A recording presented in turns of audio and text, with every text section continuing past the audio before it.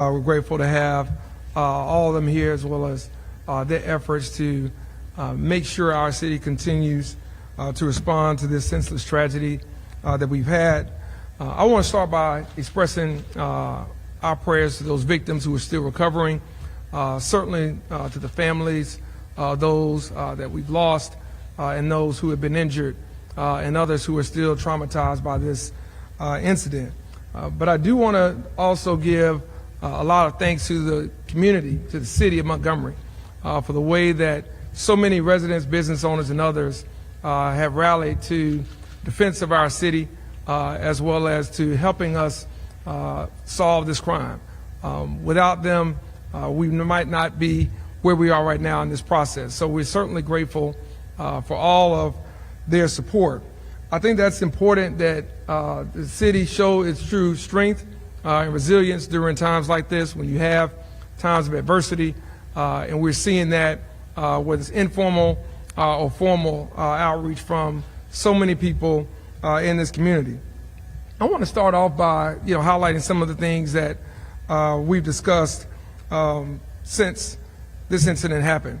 We had thousands of people in Montgomery over this weekend at multiple events enjoying themselves. What happened was a handful of reckless individuals changed things not only for the victims but for themselves and for this community. We were proud that we had the coverage that we had with officers within 50 feet of this incident and the way that they responded. The men and women of the Montgomery Police Department are to be commended for not only what they did and springing in action at that moment, but what they have done since then, just through gumshoe police work. And it's been solid. It's been very steady. It has been the leadership of our police department with Chief Grayboys and Chief Brickus guiding us.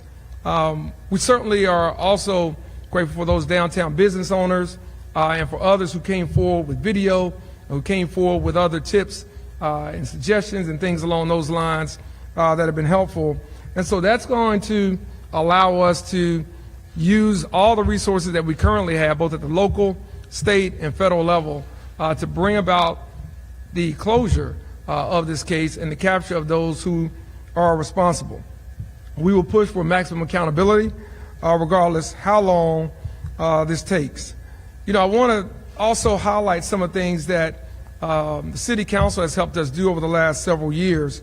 In fiscal year 2025, the City Council approved a 15% raise for all Montgomery Police Department officers and a 5% cost of living adjustment for other city employees. In this year's budget, the fiscal year 2026, funds for replacing the Montgomery Police Department's outdated communication system, and expanding surveillance infrastructure were proposed and passed. 10 years ago, the police budget stood at $44.6 million. This year, it stands at $59 million. So you've seen the type of increase that we have put into that budget and the type of investment we have put into our men and women. And that includes partly 40% raise since 2019 for police salaries and benefits. We've also invested almost $10 million in equipment modernization, from new patrol vehicles, tasers, AEDs, K9s, mobile data terminals, and surveillance tech, with much more proposed for this upcoming fiscal year, in particular when it comes to technology and utilizing that as a force multiplier. We've also been partners in the Together We Rise initiative, treating gun violence as a public health crisis, focusing on prevention, intervention, and community engagement. We've also advocated for gun safety, with $375,000 invested in advanced weaponry to counter illegal Glock switches, supported legislation to ban Glock switches and require lost and stolen firearm reporting. We also have publicly challenged state preemption laws that limit local gun control. On top of that, I've been a part of a group of bipartisan mayors across the state who's advocated for the revocation of permitless carry gun laws that we currently have right now in our state. So we have done all of these things together to try to prevent as much as we can and to try to be as proactive as we can. But I want us to keep some of those things in mind because we're always looking for ways to improve. We're always looking for ways to make our city safer, to make our community safer for those that live here, for those that work here, and those that visit our city. And I believe that our city is a safe city. We know that there's work to do. One life lost is one life too many. We know that currently in this climate, one may not feel safe. And so we have to do a better job to make sure people feel safe, regardless of what's happening in the immediate community or the surrounding community. I'm no stranger to gun violence. Within the last 6 weeks, 7 rounds were found within 150 feet of my house, just one house over. Within that same time, there was a homicide on West Haven Lane, 1 block over. So whether you're the mayor or whether you're just an ordinary citizen going about their business, unfortunately, this becomes too much a part of what we have to deal with each and every day. And so for me, it's personal to get to the bottom of this. For me, it's personal to make sure our city, my hometown, our hometown, is considered one of the safest. And we will stop at nothing to make sure that it is. And we'll continue to work with our partners at the county, the sheriff's office, our partners at the state, with the Alabama Law Enforcement Agency, as well as the ATF and the FBI. So whether it's federal, state, or local, we're going to work with each and every law enforcement agency we can. And we're going to work with those entities that want to work with us that are outside of law enforcement to continue to make this a safer city. So I want to just start there. Again, I want to thank our colleagues on the city council who have been helping, again, with the budget, who've been helping with ideas and initiatives, and who have been helping really get people to come forward and to talk and to show and to say what they may have seen and tell us what they may have heard. And all of that has been helping us move forward in this process. So with that, I'll pause and I'll turn it over to Chief Grayboys to update you on some other factual information. And at that time, we'll take any questions from the press for anyone that may have it. Chief? Thank you, sir.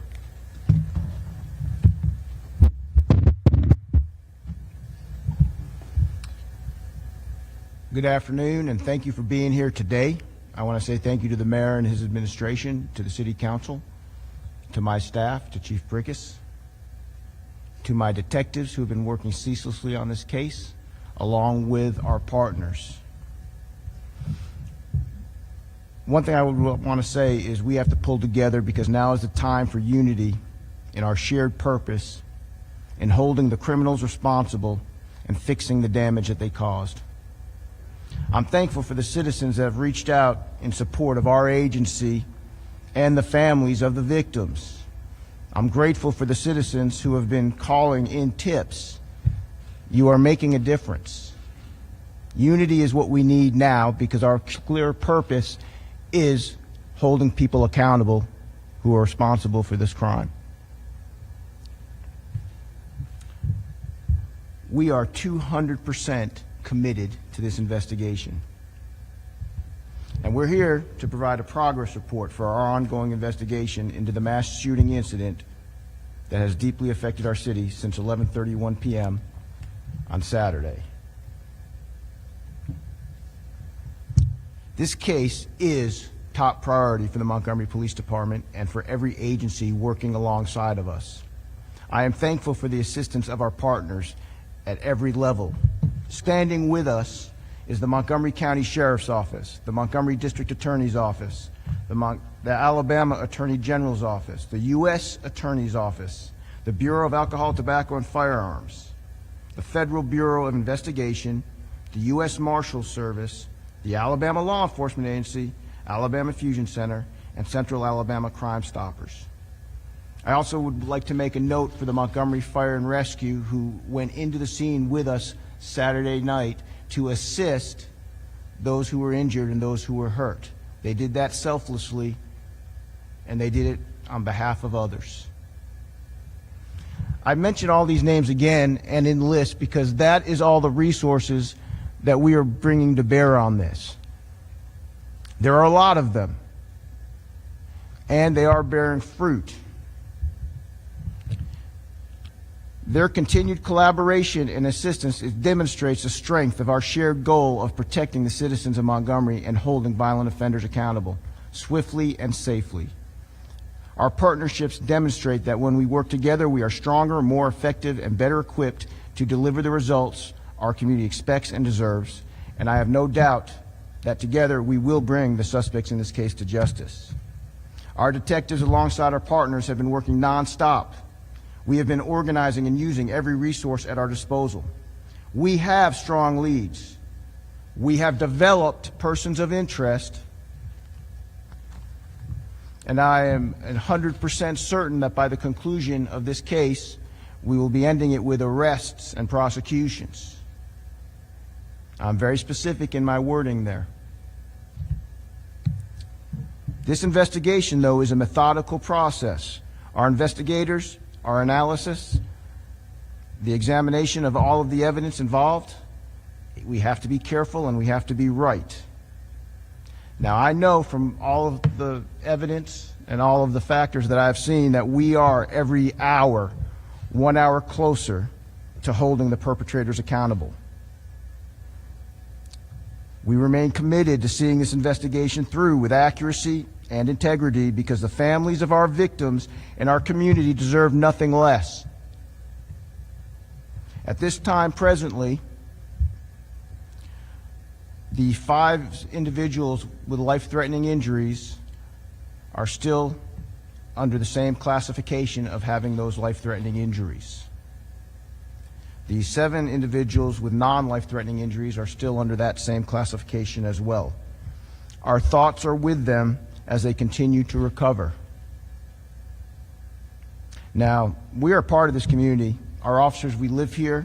We raise our children here. We share the same hopes and dreams of a safer Montgomery. We urge anyone with information in this case to contact Crime Stoppers at 215-STOP. Again, that's 215-STOP. Or they can contact the Montgomery Police Department directly at 625-2831. Every piece of information helps move this investigation forward. This is an investigation where we do anticipate multiple individuals who are persons of interest and more than likely will be facing charges. We are relentlessly seeking justice for the injured and the deceased. Every victim deserves justice. Every family affected deserves answers. And I'll say this now to the criminals involved in this: all of us are coming for you. We will not rest. We will not relent until we get you. We are coming. We will give updates as they develop.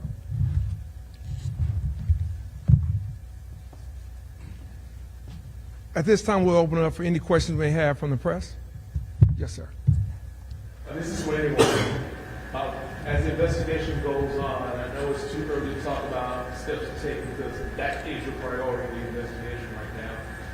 What is something that people need to know about the investigation? Because you know citizens have millions of questions and comments about it, but what do you want them to take away from what's going on about this investigation as we speak? That this investigation has been steady, consistent, relentless in gathering all of the facts. And one thing I want people to be aware of, because like I stated earlier, because my detectives have been working so incredibly hard, and not just them by themselves. They've also been working really hard with investigators from all of our partners, with investigators from ALEA, with investigators from the Sheriff's Office, and with investigators even from the various attorneys' offices that have been assisting us. One of the things I can tell you is that the information coming in as frequent as it is like a fire hose worth of information, and all that information and all of that evidence has to be independently processed and utilized and basically fit into a very large puzzle. Due to the nature of this case, it is a very large and complex investigation because of the numbers of people involved. So I want people to understand that while we have to be careful about what we can reveal publicly because we do not want to compromise the investigation, we are steadily and methodically putting everything together that will allow us to have a positive prosecution of the individuals that we are going to arrest in relation to this case. Mayor, I want to give you a chance to respond to the Alabama Sheriff's Association posted a statement a couple hours ago on Facebook and said about the shooting and said that Montgomery has a quote criminal gang problem. Do you agree? Does Montgomery have a gang problem? Will you let me respond? I've been working in Montgomery. I had my first career since 1991. That's when I started. And one thing I remember about the time in the 90s was that every cop in the city knew that there were gangs in Montgomery. Though at the time, a lot of times people would not want to talk about it. Gangs are a problem, period. And one of the things that we're getting out of this investigation, which has been so positive with all of our partnerships, is we're actually emerging tactics and strategies going forward to strike at those gangs. But the gang problems, unfortunately, it has been a national problem. But what we're learning over the last 2 days and the things that we're doing are going to have a very big impact. And so I'll say, yes, there are gangs. Nobody's denying it. And yes, they are a problem. But we are going to do everything we can to go after those individuals. And I believe that we're going to have some successful results in the near future. You said that you're looking at multiple suspects. Can you tell us how many shooters that you believe there were? Not at the present time, because literally this investigation is constantly fluid. I can say without a reasonable doubt that there are multiple shooters involved, but I'm not going to give you the exact number yet until we have completed all of our analysis of all of the video evidence and all of the testimony of the witnesses. To give you an idea, when I said it was a complex investigation, okay, we had so many people out there, and we are literally tracking down every individual who's even out there just to question them. That takes time, and it has to be pieced together. But I guarantee you this, when we conclude this investigation, we're going to give a full breakdown of everything. And just to follow up on that, can you give us an idea of how many leads you've had so far? A lot of them. To give you an exact, that would be too low. We've had lots and lots of leads. In fact, actually, we have, I guarantee you, even though I'm not sitting at the phone bank now, we probably got leads coming in now. So just we have a lot of leads and we're following them. Let me address that as well. I think part of that is also a testament to the community. Again, our city council members that are here from the community. They've shared things with the police chief and the department. I've heard things I've shared with the police department. Business leaders, community leaders, faith leaders have all been instrumental in leads. And I think that speaks to the type of city that we are. I think that speaks to the type of community that we are. It's come across party lines. It's come across racial lines. It's come across income, class lines. Everybody wants to help. Everybody wants to solve this issue and wants to see this city be all it can be, and really feels bad for those lives that were lost and those lives that have been forever changed. And I think that's commendable to this community and the city and those that have really been pushing for the best outcome of what is a tragic situation.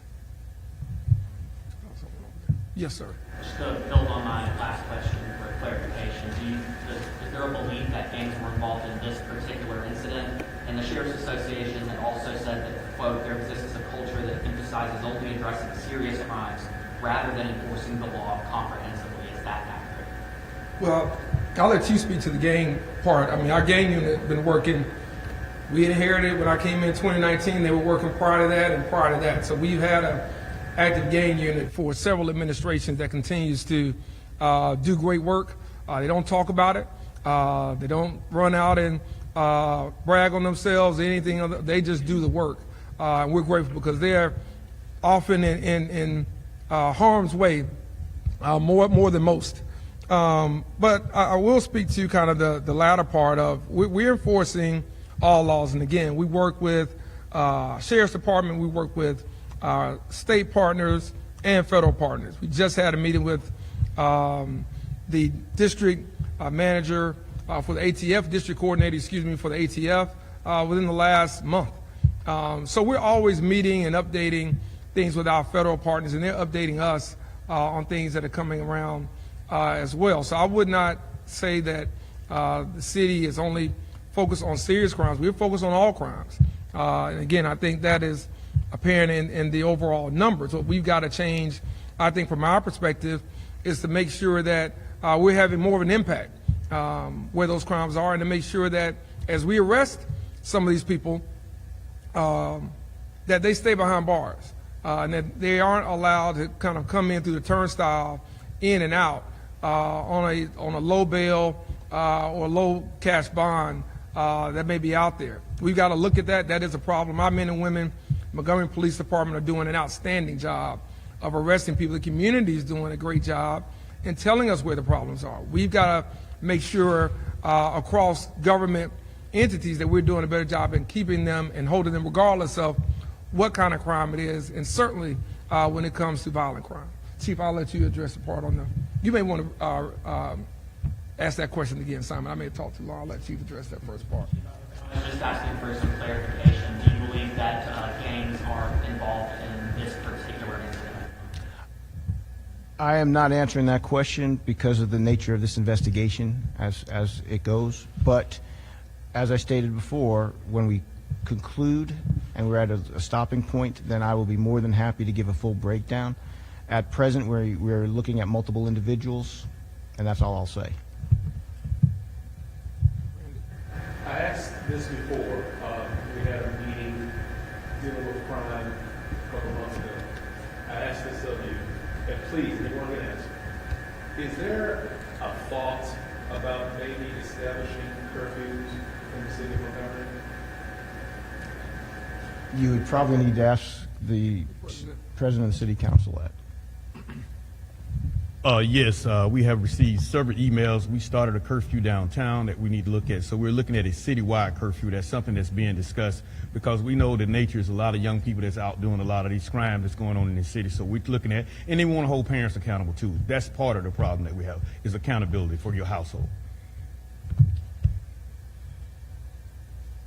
Can you tell us if any lock switches were used? We're not going to get any specifics today. This is an ongoing investigation. The specifics are going to come out when we've concluded the investigation. I believe the city was installing new surveillance cameras at the entertainment district a couple months ago. Are those operational to capture the shooting, and is there anything more to be done? We have many operational surveillance cameras downtown and in all of the areas we need them to be. Now, it doesn't mean we're not going to look for any areas that are not covered. We will look for more areas that are covered or that might need it. But short of me giving you an answer like that, because like I said, I don't want to go into specifics or anything that's going to go into those, I will say we have cameras downtown and they are functional. Mayor, the governor says she reached out to you yesterday morning. Have you contacted her back or the ALEA secretary? What are your thoughts on ALEA's new procedures? Well, as it relates to the governor's office, we reached out today through some of our staff members to their staff. I think we have a meeting set up. She's been, I think, busy on some other matters today, so I think we'll have a call here in the next 24 to 48 hours, my understanding. And you had another question? Yes. I was wondering what your thoughts were on the announcement from ALEA that they would be expanding their presence in downtown areas. Yeah, I think, and I'll let Chief add on to this as well if I missed something, but we've been working with them already. That program, I think, has been helpful, not just even in terms of downtown, but again, I think around this community, around the city, as well as working with the Sheriff's Department also. I think for partnership with ALEA, depending on how it's structured, can be beneficial. I think our men and women, Montgomery Police Department, been doing a very good job, and under the right circumstances, more collaboration can be impactful. It's already proven out now with federal law enforcement involved. In this case, just happened. We've been able to take those leads and process them a lot quicker with state and federal help. So, yeah, I think for what we've been doing has been solid, and if there are ways to improve that, then we're open to hear about ways to improve it. Chief?